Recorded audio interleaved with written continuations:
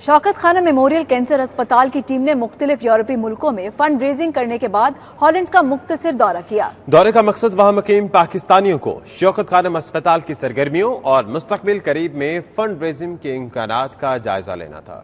Doctor محمد کامران کی report دیکھیے۔ Holland کے شہر دی ہیگ میں منعقدہ تقریب میں شوکت خانم میموریل کینسر ہسپتال کراچی کی تعمیر سمیت مختلف پروجیکٹس کے بارے میں آگاہ کیا گیا۔ پاکستانی کمیونٹی نے فنڈ ریزنگ کے حوالے سے شوکت خانم کے وفد کو مکمل تعاون کا یقین دلایا۔ وفد میں شامل ڈاکٹر عاصم اور نائلہ خان نے 92 نیوز سے گفتگو میں کہا، شوکت خانم ہسپتال عوام کے تعاون سے چلتا ہے اور اسپتال انتظامیہ قانونی طریقے سے رجسٹریشن کے بعد ہی کسی ملک میں فنڈ ریزنگ کرتے ہیں۔